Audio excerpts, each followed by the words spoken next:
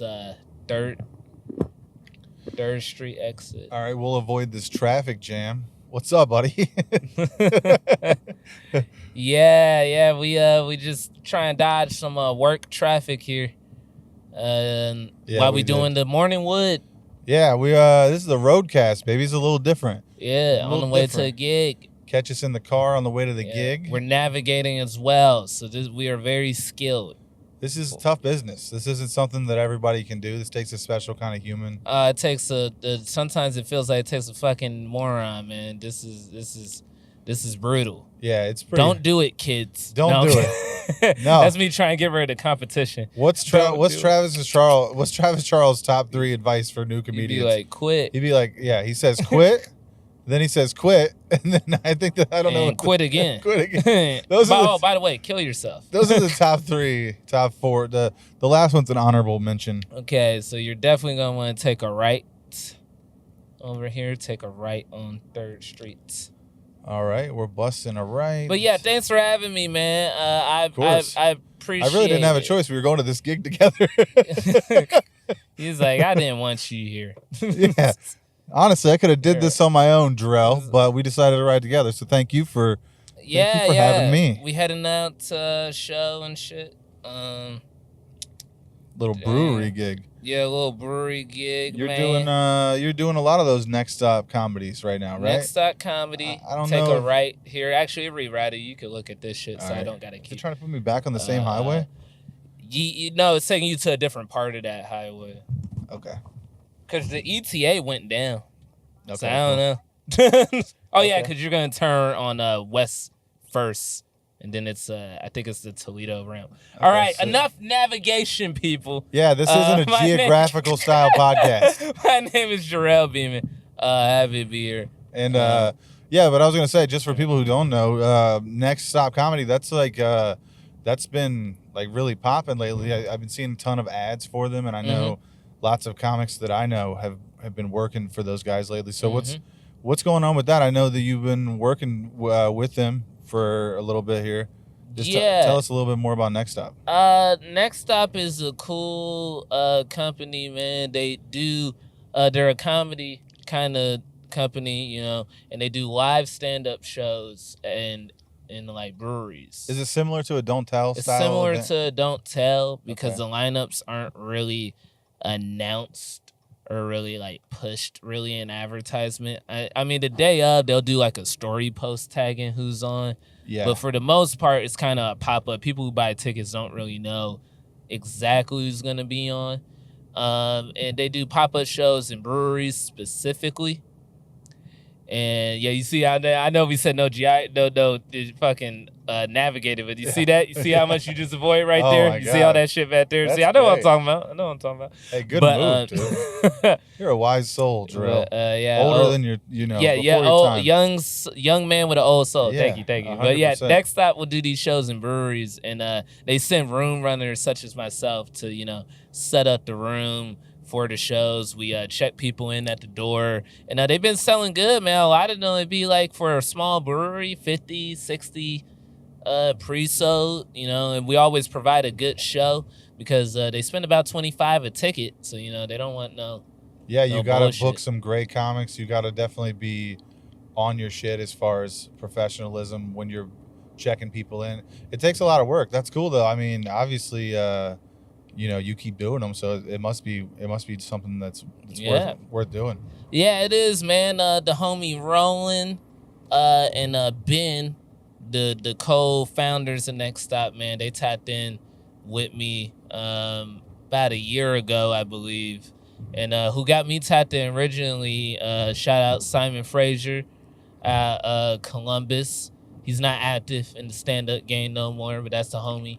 Anybody who's done stand-up definitely knows who that guy is, though. Yeah. He had the made a big name for himself. Don't Tell in the country. Don't Tell Columbus in terms of the numbers. They would do like 4 show weekends, 5 shows. They're still very good right now. And the quality of the shows, shout out Henry Allen. Yeah, the quality of the shows were great, and they still are. Simon's really set a blueprint for a lot of cats out here trying to do something. And when they were reaching out to him, they at first wanted to kind of tap in with him, but Simon was so in the mix, planning out his tour at that time, and the Don't Tells, where he was like, oh, I could recommend you a great guy who I know books great shows. And that was at the time where I was doing my thing at Wiley's with Comedy for the People and everything. So I got in the orientation of it. Next Stop put me on, and now I'm booking.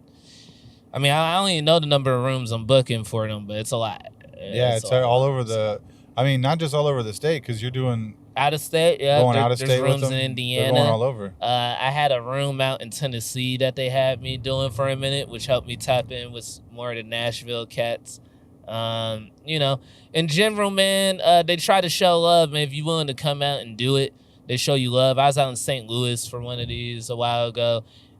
So yeah, I feel like in a few years, people are gonna definitely know the name in our space, right? In the stand-up. Yeah, Next space. Stop. Yeah, definitely. I could see that. I mean, this is a time where there's a comedy boom right now, right? It's like, you know, you see these like ebbs and flows, and 10 or 15 years ago it was like a big boom, but then it kind of dipped down. But now you've got a bunch of guys that have been doing it for like 7, 10, 15 years since that boom happened, right? Mm-hmm. And now they're starting to, so it's like this next level of comedy, that's this next generation that's kind of coming up. And so I just see that, I see the future of like a lot of independent companies like this that are just like, let's just do stand up anywhere, or obviously they have a niche market for breweries, but I'm just saying like pet stores, whatever, like somebody else is going to continue to copy this business model because stand-up is such a thing right now. Yeah, dude, because people just want to see the comedy.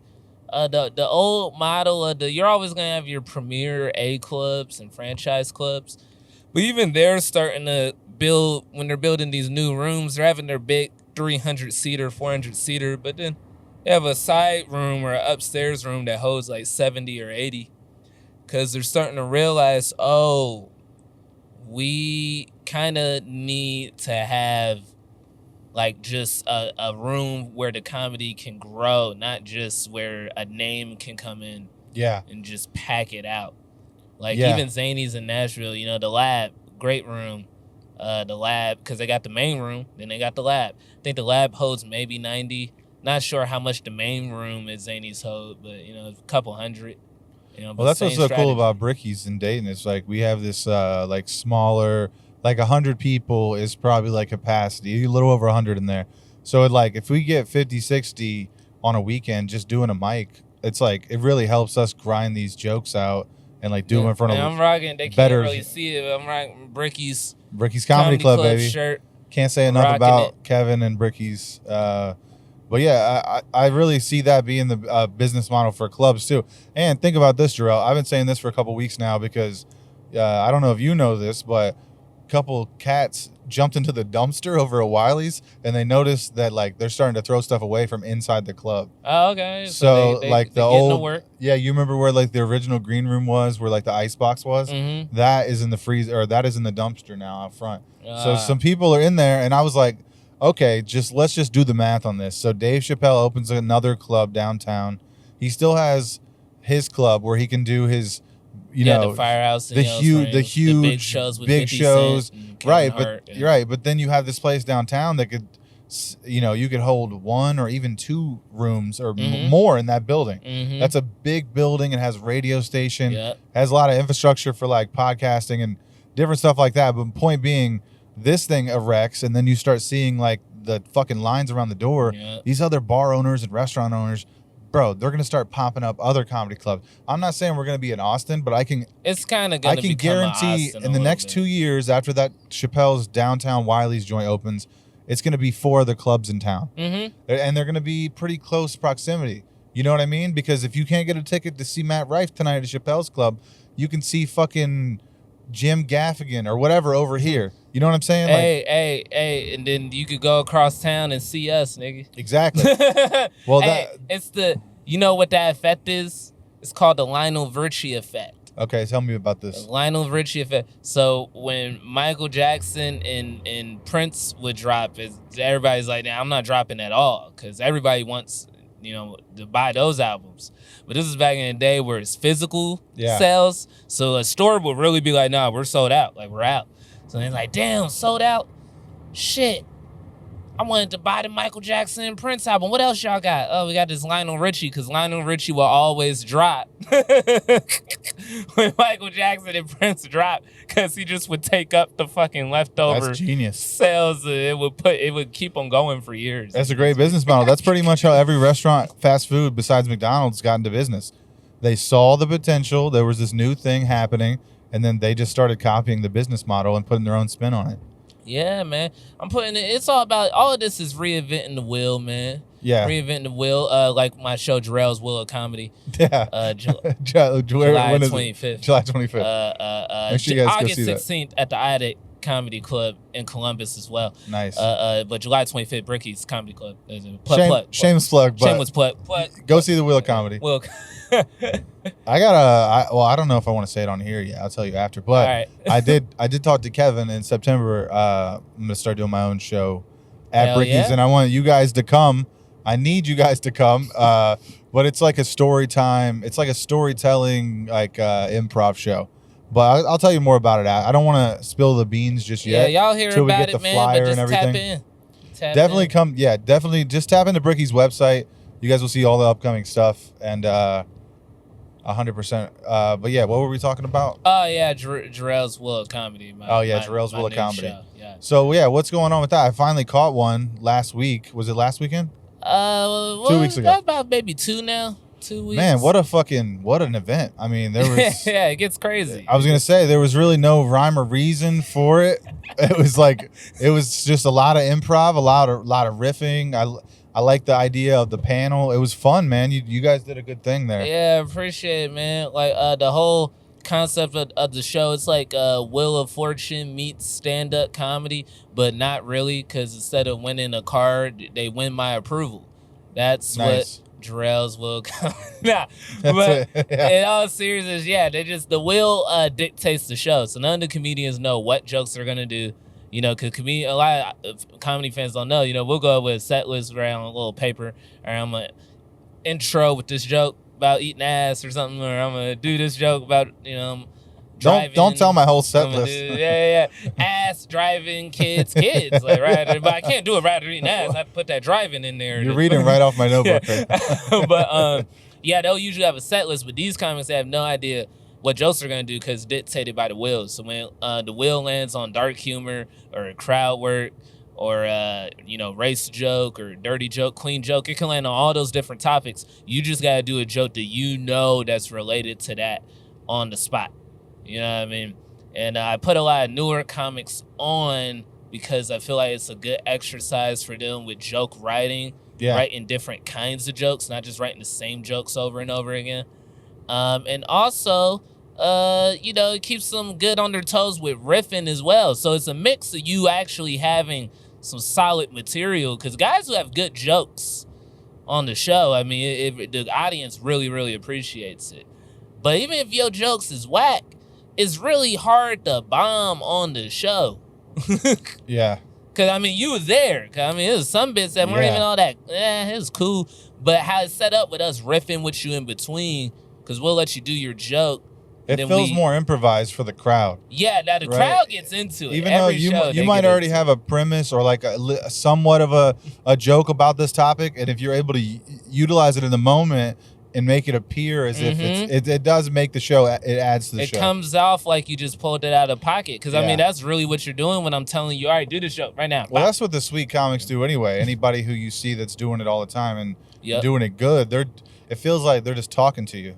They're just like good. They're exactly. Good. They're good at just keeping the mix of like the conversation and the jokes and just keep it flowing. There's a flow to it. There's a flow. And then also we have the panel, which, a lot of people say that's their favorite part of it. The panel, because I host it from the panel, and then I always invite one guest panelist on with me every month to, riff and kind of interview the comics. And when I say interview, we're not interviewing like, oh, so like, what do you do for a living? Or, fucking, what's your favorite fruit? Like, I don't give a shit about any of that. We're asking you questions about the specific joke you just did, why you thought of it, why it's terrible, why it's good, what inspired it, how long you've been doing comedy. It's all about the jokes, because you have so many shows now that's all about crowd work or roasting, or which is cool. No diss to any of those shows, but I want comedy in a sense, especially with these newer cats, to be about jokes again, and that's why I have a closer at the end of the show, who's like a road comic or a professional comic, seasoned, who I put at the end, so all the people who competed in a way can see like, oh shit, here's how you could just pull it all out, and these guys, the closer gets to riff on topics out of a cup that I write down, that the crowd writes down, so you get to really see that muscle of, oh, here's where you can be if you really put in the work. So this show has everything. It kind of has everything. It has improv. It has roasting. It has there's an interview portion. Yeah. There's jokes. There's like there's a closer. So you have like, it's like it's similar to a real show in that way. And so it's like a new new twist on it. And then it's a lot of layers. Homie, I got DJ Socks. She plays the music. She plays the music when the wheel spins, the little Jeopardy theme. Nice. She'll play that. She'll do sound effects. Cockaroos co-host. I'll be roasting the shit out of him, saying he's not funny and shit. We'd be laughing about it.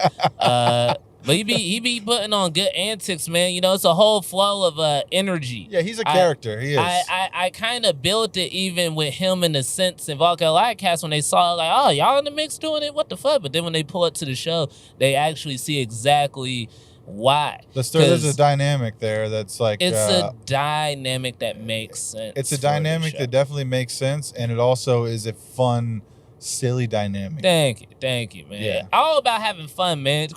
You gotta come out to the show. I didn't even realize you was in the cut during it. I know you was there for the bike, but I thought you slayed out. I stayed for most of that show, but then I probably left at like 11, but I was there for like the first hour, bro, and it was fun. Yeah, appreciate it. Yeah, we gotta get you at the mix, man. I'm trying to get everybody in the mix. I'm definitely trying to do that. And then we taking it on the road to different spots too. So, and the clips are doing solid. I feel like I should share my Storytime show now. I'm just gonna share that. Because now I want to tell you. Yeah. All right. So it's basically like so we'll have a topic each show. There'll be a different topic. It could be like summer vacation, or it could be like bad dates. And then I'll book 3 to 4 comics, and then I'll also have a panel member myself, or probably 2 other people on the panel with me. And so they'll come up and tell a 2-minute story. And if any point in the story it gets boring, or the judges just want to fuck around, we can pull a wild card. So a wild card means, hey, stop the story. You have to call someone on your phone and have them finish the story. Or you have to do it in a song, or you have to do it in reverse, or someone in the crowd has to finish your story. So it's like, we'll mix it up to have it, like, just to make it a little more fun. I think the wild cards will make it a better thing, but whoever gets the story of the night will win an undisclosed prize. But that's basically what it is. It's just like people will come up, do a story, and then me and the panel will riff with them and then kind of break down the story a little bit, similar to what you're doing. Just break down the story a little bit further, and then I just think the wild cards, and then just having a rotating panel every week but then there's also going to be an element of a bucket. So if open micers or if people in the crowd want to sign up, I'll probably pull 2 to 3 of those also outside of the book comment. That way it just gives anybody and everybody a chance to come out, because anybody could tell a story. Like, not everybody's going to be funny, but like, you might tell a story. Has something that happened to them. You might, exactly. You might tell a story that's like captivating, that's not even comedy, that, that's our job to then make that funny depending on what happened to you. So yeah, it's a Storytime show. It's called Storytime Live. It comes out in September at Ricky's. I think the last weekend of September. We haven't locked it in, the date, but I did talk to Kev, and that is in the works. So you guys look out for that. Yeah, y'all gotta fuck with it, man. Storytime Live. Storytime Live is a different type. I like telling stories. It's a different element to comedy. Oh, man, I love telling a good story, man. I did a story show at the Laugh Factory in Chicago, and it was kind of like a game where they had to guess if it was the truth or a lie. Oh, that's fun. Yeah. I like that too, but I felt like that was too close to Story Wars. Like, because I was also thinking, like, how can we gamify this a little bit and kind of like give people a chance to like win or get points, just to keep the audience engaged and to keep the guys and the gals like working a little bit harder on their stories to try to make them good and engaging. Yeah. So I don't know. I mean, we're still working out the kinks. That's why that's what the panel shows I wanted to are, push it out a couple of months. They're a little different than regular showcases because you kind of experiment and see where you, like once you get it rolling, you'll literally on the next show be like, you know what, let's change something here, let's do this, let's do that. Yeah. Because it has to adapt. And we're gonna be on YouTube too. So hell we're gonna be filming it, and this, dude. Eventually, this could be something that turns into like an every week thing. The numbers start going up. You never know. Well, with YouTube, man, how do YouTube just made it where Foley AI produced channels and content won't be able to be monetized. I saw that. Which I'm happy about that personally. Me too. Because we worked really hard making this content. It's starting to get crazy. A lot of this AI content. AI is kind of fucking up the world right now. I got a bit about this is real, Johnny. A man cheated on his wife with his AI girlfriend. What the fuck? In what way though? Like just having like emotionally cheating or like? Well, of course, you can't fuck AI. Right. I'm like, where's this going? There's no AI pussy. It's just you just had a deep connection with ChatGPT. Yeah, that's all it was. Open AI. He's like, oh yeah, open. Yeah. Open up. I know what you're gonna open up. Yeah, dude. He fell in love with. He has 2 kids and. It's not. I used to think with you AI. He has 2 kids with AI. All right, go ahead. I'm not retarded. Nah, this is real. Right. Everyone's real except for his AI girlfriend. Okay, all right, that checks out. His entire family is fucking just crying. Dude, the wife was like, "I'm scared to ask him to choose because I'm scared he'll choose the AI," which immediately lets you know that she's white. Like it be. Oh, you read this? I've read it. Oh yeah, I've read it, and then I went. I like that you were picturing this. I was picturing it. And then I went to, it was on ABC, and lo and behold, ding, ding, ding, white. Because I'm just saying, man, my girl, I'm a black girl. If my girl, hell, even you. Yeah. I'm just saying, this is something that black people joke about white people talking about on the news. I'm in love with my AI girl. Dude's crazy. I couldn't believe this was real. Like, this is like a joke that you hear every open mic. Make up. Like, you don't even think it happens. You'd be like, hey, look at that nerdy dude in glasses. I bet this motherfucker got an AI girlfriend. That's what it is. Just roasting. Like, yeah. But yeah, he fell in love with it, and then he's in a support group. Holy shit. And I found out about a support group for men who are dating AI girlfriends. Can I say that I'd rather do crack than dude, at least there'd be like a support group with some people with little integrity. You know what I mean? Like, you know what? I feel bad that I fucked it all up, but the internet has made it where everybody feels like they have a companion, a voice, and that's both a good and bad thing. It is. It's a good and bad. Well, I was going to say, in that group, they talk about how, you could get dumped by your AI girlfriend. Jesus So, like, Christ. guys who got dumped go in these support groups to, like, talk it out and figure out what went wrong and shit. What went wrong dude, what? Everything. You downloaded the app. That's where we can start. I use ChatGPT to help me figure out something with my car or fucking answer questions about the day. Yeah, like, ChatGPT's my dad, not my girlfriend. How do I change a tire, ChatGPT? Yeah, that's what I'm saying. But you over here like, so what you wearing, ChatGPT? Yeah, let me see that Persian rug, baby girl. But yeah, I had to mention that. So AI definitely needs some regulations. Holy shit. Things. It's getting a little wild. It needs some regulation, I think. That's the understatement of the year. I'm being way too mild about it. That's the understatement of the century. It needs some regulation. Shut it off. It's going to take a lot of jobs, too. Turn it off. It's going to take a lot of jobs. I'll tell you, the first job it's going to take is fucking guys that work in warehouses and stuff like that. Nah. The physical stuff. Well, pretty soon we'll all be Mexicans, man. We're gonna be in motherfucking warehouses, construction. Have you seen these Tesla bots, bro? They're only $32,000. You know, you probably make that much at a part-time job. You know what I mean? Like if you work 30 hours a week somewhere, you'll make 25, 30 grand a year. I don't be thinking of that as AI. Bro, they pay for it. They pay 1 year's salary. One guy, one part-time guy's salary for a good job too. Yeah. And then the next year they don't gotta pay them nothing. They gotta fucking oil up them brakes. All you gotta do is keep maintenance. Upgrade them. Yeah, dude. Pay one guy to upgrade to maintain 10 bots. Well, here's the thing: we all lose jobs, and who the fuck's paying for shit? Well, that's why they want to do a universal income, bro. The people upstairs know what's coming before we do. Anytime they start suggesting things like UBI or free housing, it's because they fucking know what's coming, bro. They've seen the real shit. So you're saying the only reason we're hearing some leftist progressive policies is mainly because the whole system of capitalism is kind of eating itself to where we're no longer needed in the machine. It's falling in on itself. We're just gonna try this new method, and it's just gonna be another form of oppression just under a new zeitgeist. That's right. Is what you're saying. Yeah, I was saying this to my girl the other day too. 'Cause I'm not gonna lie, when it comes to political spectrums and stuff, I definitely am leaning more left. I definitely am a more progressive person. But I have noticed as you get older, authoritarianism typically falls. It doesn't even need to fall right or left.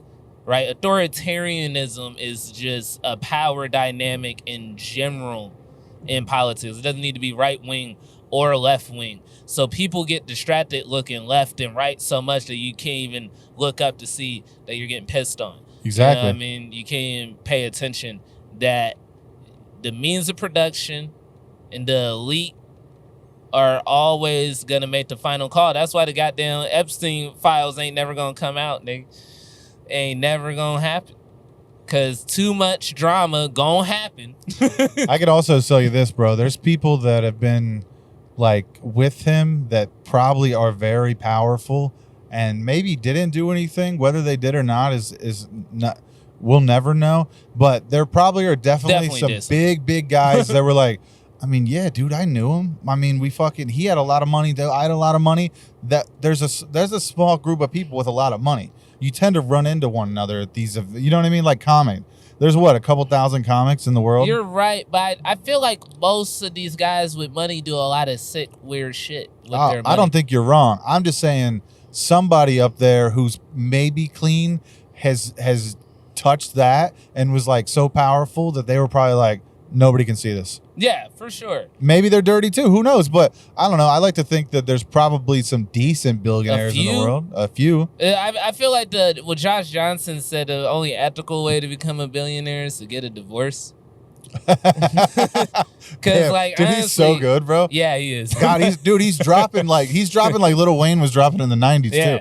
Every week he's got a new mixtape. Yeah, because it's not. This is the thing. He does say some very profound stuff, but it's not he's not ripping the whole time. Oh yeah, he's not crushing for these hours. You're seeing him to wrap up kind of the current events of what's going on. I can appreciate. Oh, bro, he's like a genius. Yeah, it's very smart content. This dude is like. Yeah, he's on another level as far as intellect. I will say this, a big thing that you'll see, because everything's a grift in terms of U.S. politics because there's money in all of it. Yeah. Right?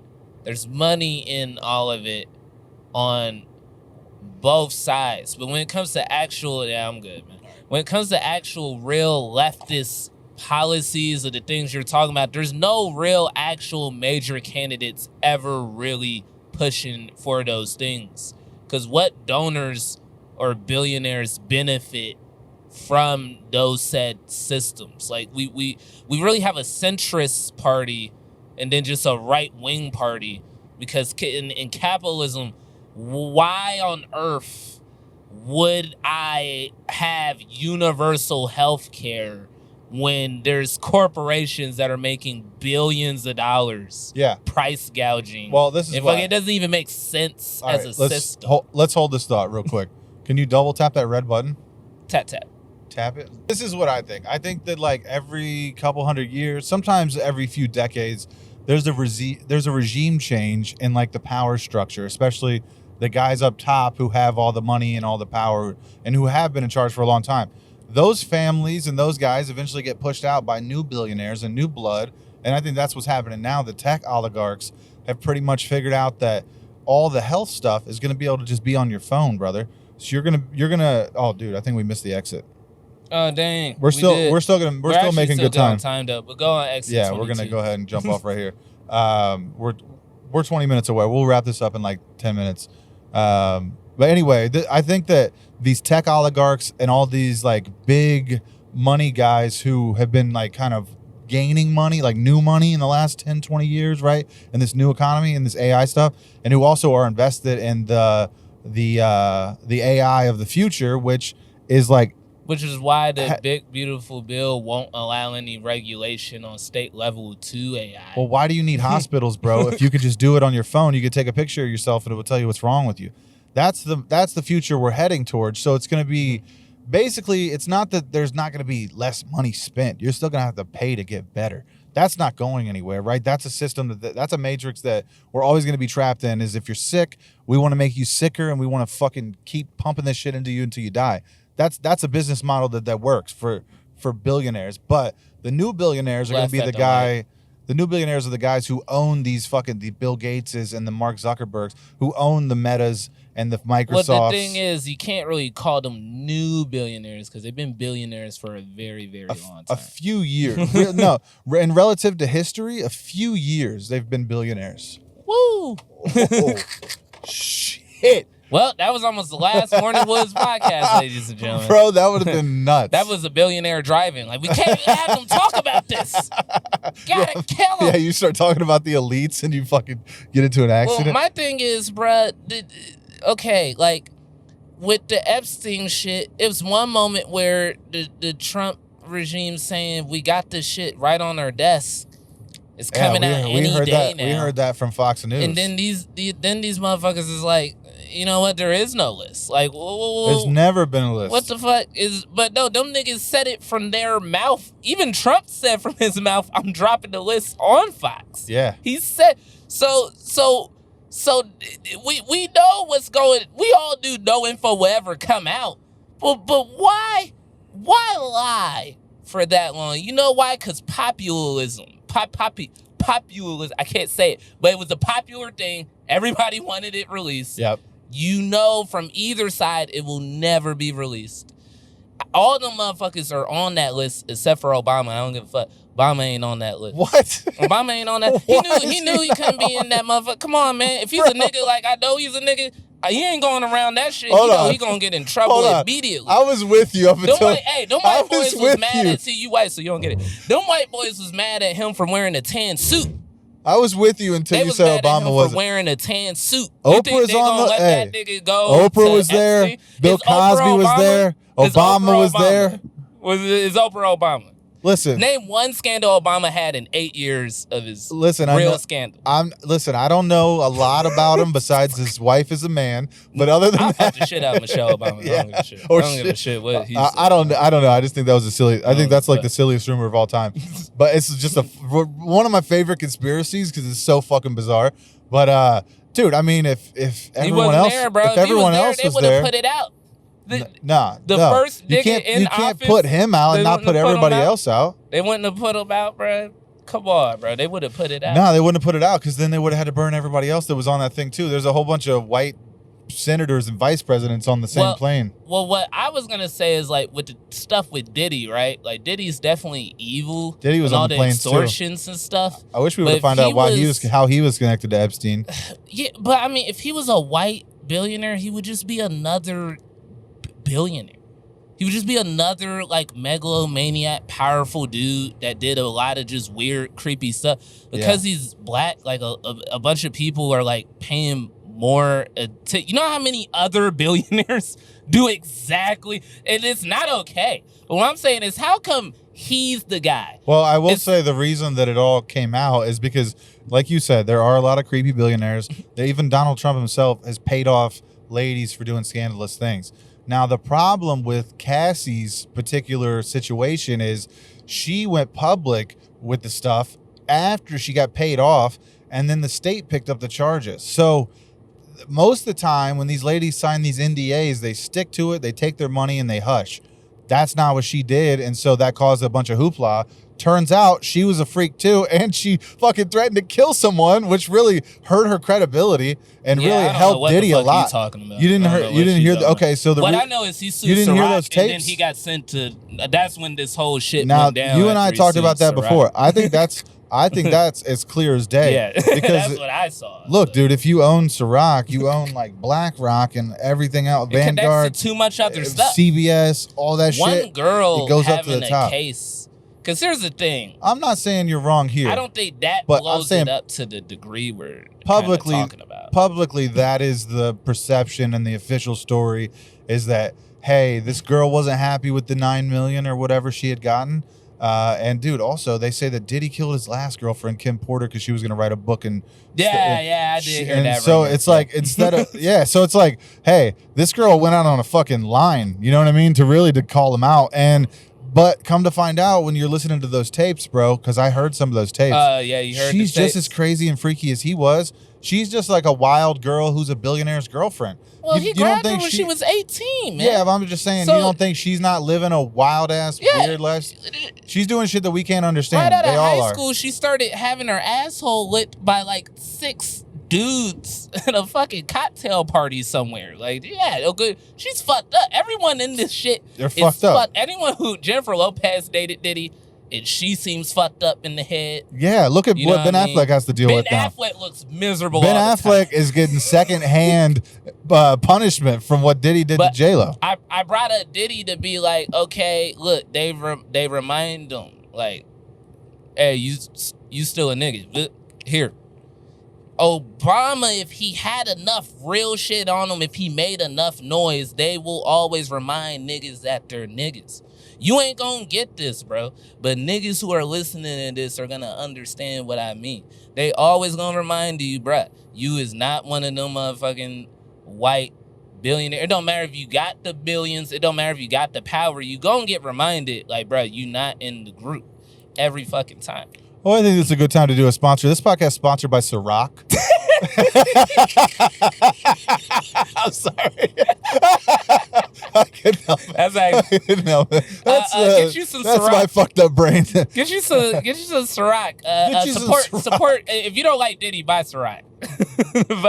buy some, because he lost that deal. He lost. He might be all right. Like I'm being serious here. Like, yeah, going for like facing 10 years, that's a long time. He could probably disappear now. Yeah, he could. Is he out? They let him out, right? Nah, not yet. They didn't bail him out. They just dropped the RICO shit, and then they're dropping something else. I know that Cassie's lawyers had I think all of that is the power stuff. I think there's some Tell me people, more about this. I think there's some, we're not even knowing what the fuck's going on. Like, till years later. It's going to be some documentary made about all this shit. Like, they're not releasing the Epstein files. Yeah. They're not releasing the Diddy tapes. Yeah. They're not releasing the JFK shit. Because if they release all this stuff, it'll all paint the bigger picture of what's all been going on. It ain't good. Forever. We all can see that. You know, anybody who's not like just working their normal job and eating McDonald's every day, anybody with a brain who's like a thinker, you can see that shit is not going good. All I'm saying is I want the world to get to an equal point to where black people can be just as evil and as impactful with their evil as white people when we attain money. That's a beautiful message, dude. No, I'm being serious. That's equality at the other end of the spectrum. That's the equality we don't talk about. Because Diddy's the most evil one that we publicly know, and he's like a music guy. Yeah. Like everyone, Michael Jordan. Oh, you said Oprah. Oprah for sure. LeBron. Meanwhile, let's do the white list. Bill Gates. Oh, we don't have enough paper. George Soros. What are you going to do? George Soros, this has been going on. Trump. It's so many. Just Epstein. There's so many. Such a long list. Yeah. Of people it goes that have on and on to do and on. with entertainment. They're just fucking guys. Yeah. You know? Guys that own those mini malls that we're passing. Yeah. It's not because. Yeah. Literally. It's not because whites are evil. No group is just inherently evil. It's because they're allowed just more leeway to do evil shit. So I'm saying we can have an equality world. Same with women. I want an equal world where women are shooting up as many schools as dudes. Yes. That's the future we need. I want an equal world. Yes. Where it's all just, let's even it out. Let's all be shitty. Let's all have the right to be shitty. That's what pisses me off when some people would be like, well, black people can't be racist. I'm like, you racist son of a bitch. I have every goddamn right and ability to be fucking racist. I want to live in a world where we can all hate. Why do you think there's no black school shooters, dude? Black school? Oh, no, that's because they skip school. Yeah, because they're not there. That's fucking crazy. You can't shoot up the school if you're not there. Yeah. They're like, they were shooting stuff. It just wasn't somewhere near else. The school. Yeah, them white boys attend class. Got the notebook. Hey, man, I got an itinerary. I gotta stick to this. What is it? What's your itinerary today, Jimmy? Everybody dies. Blah, blah, blah, blah, boo. It's like a fucking DJ drama song. You just hear the horns. Well, is that why you got yo's homeschooled and stuff, man? Yeah, man. The motherfucking schools, man. Who be knowing what type of weirdos go there? Well, my girl's a lot more serious about it than I am. Sometimes I tell them, like, yo, you guys should just fucking go. Like, get underneath that desk. I look them in the eye, I go, you scared? No? All right, you should go. You should go there. I don't think getting underneath the desk, I think that's more of... That's like when the oxygen mask during the drills. Yeah, that's like when the oxygen mask drops in the plane. It's like, bitch, we're going down. This is just gonna make me feel.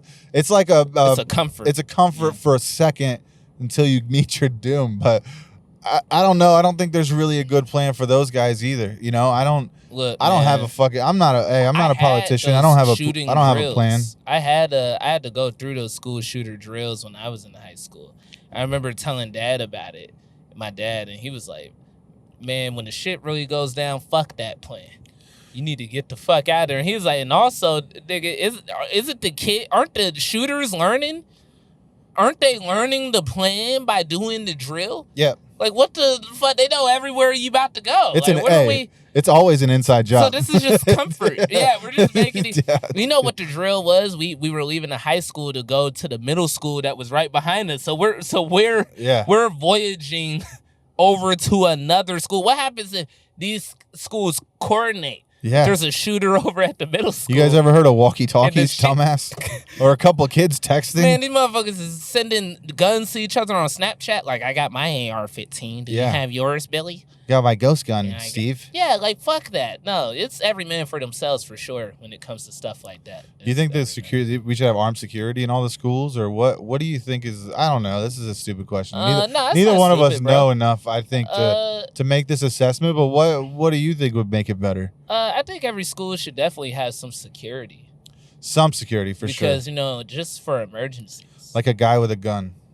At least one. A guy with a gun, maybe one a or two taser guys, or some shit. Maybe if he has a gun, he don't got all... I don't know, man. Because I would never feel a little uncomfortable with that. Yeah, I was going to say, I would say they should never use it unless there's a school shooting. I would say that stays in a lockbox somewhere or something. But I don't know. Whoever that person is, he ain't going to be getting paid shit. Yeah, I know. It's going to be some old grumpy guy named Brian. He ain't going, he's like, weren't you the janitor last year? He hears the gunshots. He's like, fuck.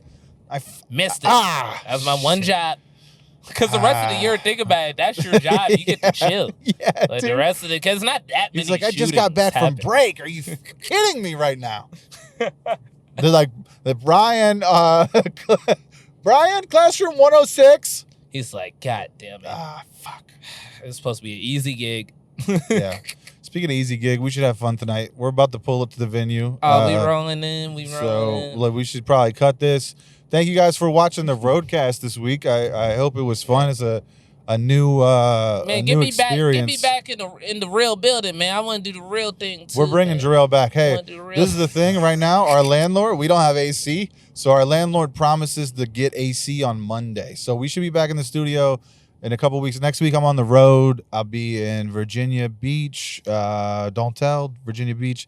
Calio Brewing. I'm headlining that, and then I'm headlining Jimmy's place in Beckley, West Virginia. You guys come see me if you're down south, and then I'll be doing some pods. To the show. Bring some Ciroc. That is on my rider. Will be at all my shows. A pair of Air Force Ones and 2 bottles of Ciroc is that's what they give me at every show. So I'll be signing those and giving them out to the fans. If you guys want to come out, that'd be really great. I would love that. And then one last thing, we'll be back in the studio. You guys probably won't see us in the studio until July. So a couple of roadcasts coming up. Going to be on the road until like the middle of August. So you guys probably won't see us until August actually, because is it July? Is it already July, Jerrel? Yeah, it's July. Yeah. Gonna be on the road a bunch for the next couple weeks, but I'll be doing some roadcasts and I'll catch you guys there. Make sure you go see Jerrel's Wheel of Comedy, bro. You got anything else coming up? Do you want to plug? Jerrel's Wheel of Comedy, July 25th.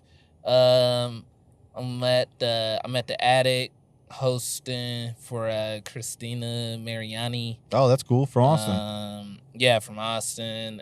Got some other shows coming up. I'm blanking right now. But yeah, just come out and support. Follow me at Jerrel's _comedy. JERRELS _comedy. Follow me for all my shows in my link tree. This place looks cool. It does. All right. We about to let's hit it. Set this show up, man. Thanks for having me on the pod, brother. Dude, thanks for coming, bro. Of course. Bet. Bye. Peace out. Yeah, that's starting getting wild.